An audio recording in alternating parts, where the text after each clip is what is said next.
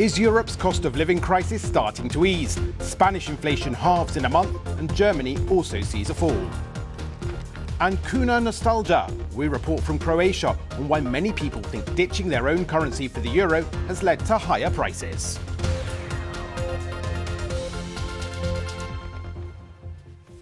Hello and welcome to World Business Report, whether you're joining us from the UK or around the world. I'm Jonathan Josephs. Let's start in Europe, where, like the majority of the world, millions of people are struggling with rising prices and the cost of living crisis that has been triggered by that. But there are now signs that things are starting to improve. In the last few hours, we've had the latest monthly inflation figures out of Spain, and they show that the pace of price rises, fell to an annualized pace of 3.1% in March, when using the measure that allows comparison with other countries in the Eurozone. Now, that's a big drop from February's 6% and was mainly due to lower energy costs, with food prices also falling.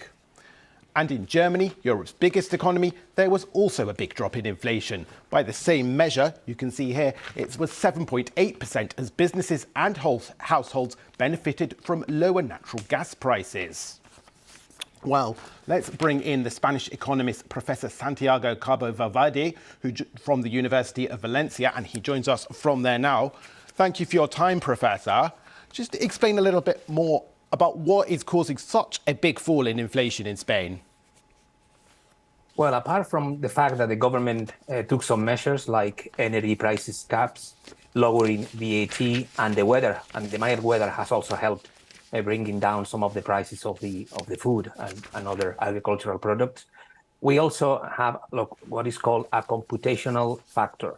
I mean, last March, don't forget that inflation is computed year on year. Last March, 2022, we had a very big rise in inflation because of the impact of the war, of the Ukrainian war on the energy prices. Now, a year later, of course, now energy prices are going down and the impact of the war is already mostly finished, at least for the time being. So there is also a computational factor. I mean, prices are still growing, but of course at a lower pace.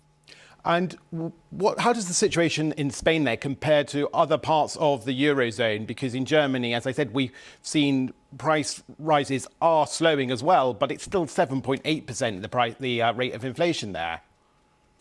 Spain benefited from the fact that Spain government was allowed to set energy prices caps, and that's been very important.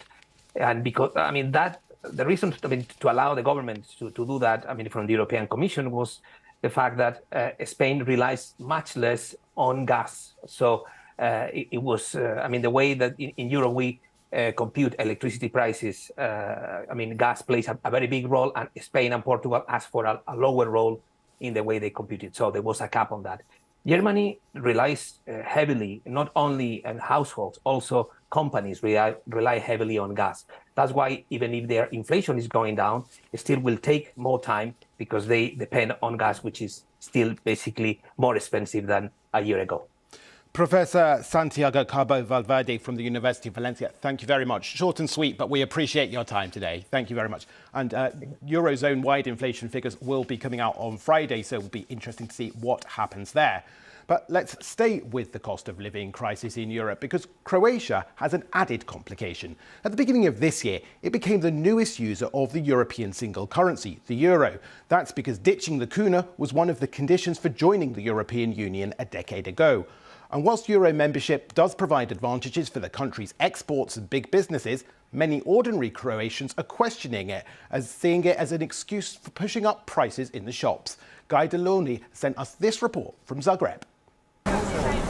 Zagreb market keeps it old school. It opens at the crack of dawn, closes by lunchtime, and payments are strictly cash only. But one tradition has just been scrapped for good.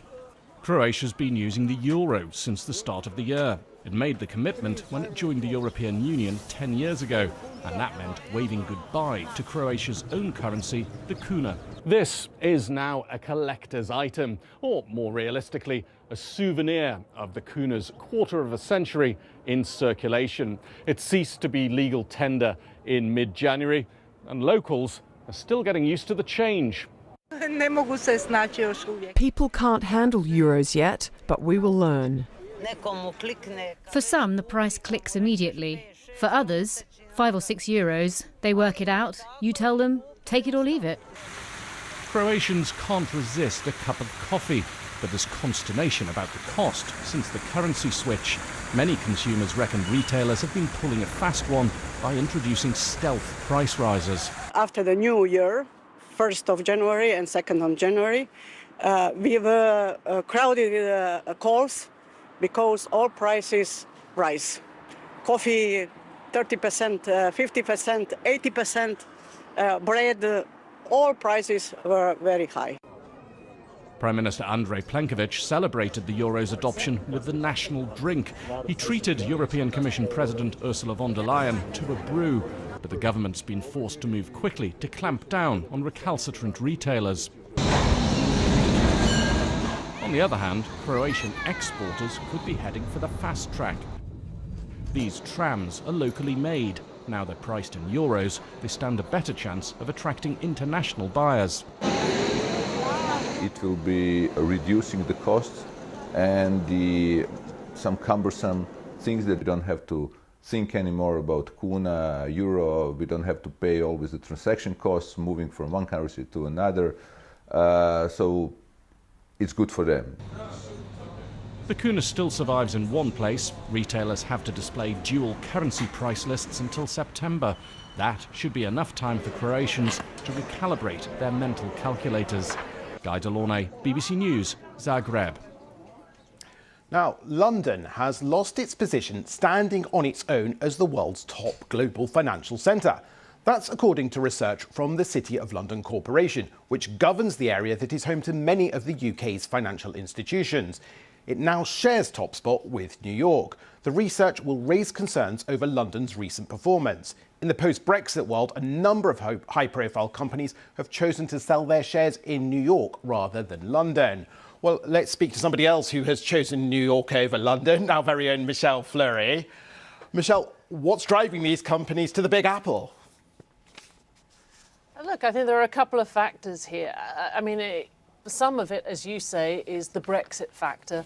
I think that sort of put the fear into many investors at the time, and you've seen that kind of flow out of London as a result of that. But you also have to look at what is it that's making the Big Apple bigger, right?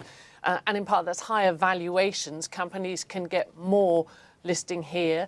In part, that has to do with the fact that you've got many deep-pocketed Americans who perhaps don't want to deal with currency fluctuations and the like, and so they tend to focus on US listings, not overseas. And if you want to tap into that, then you come here.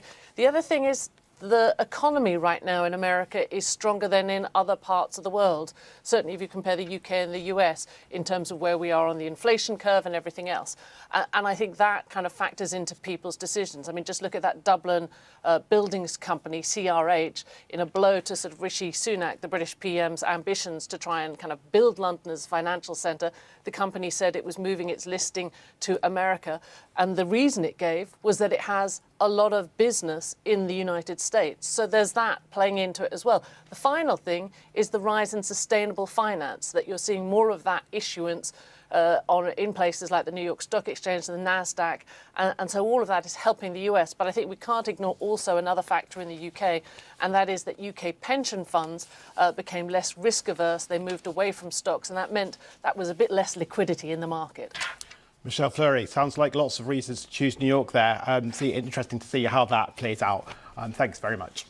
Let's have a quick look at some other stories this hour. A new plan to cut greenhouse gas emissions and lower energy costs by investing in renewable energy and nuclear has been unveiled by the UK government.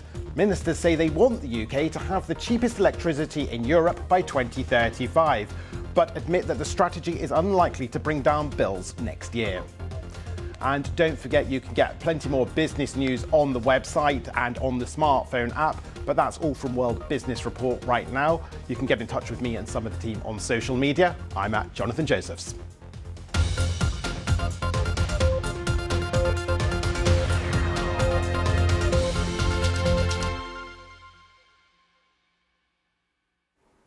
You're watching BBC News. The police watchdog has passed a file of evidence to prosecutors to decide whether a Metropolitan Police officer should be charged over the fatal shooting of a black man last September in South London. Chris Cabba, who was 24, died from a single gunshot wound. He was unarmed. Greg Mackenzie reports.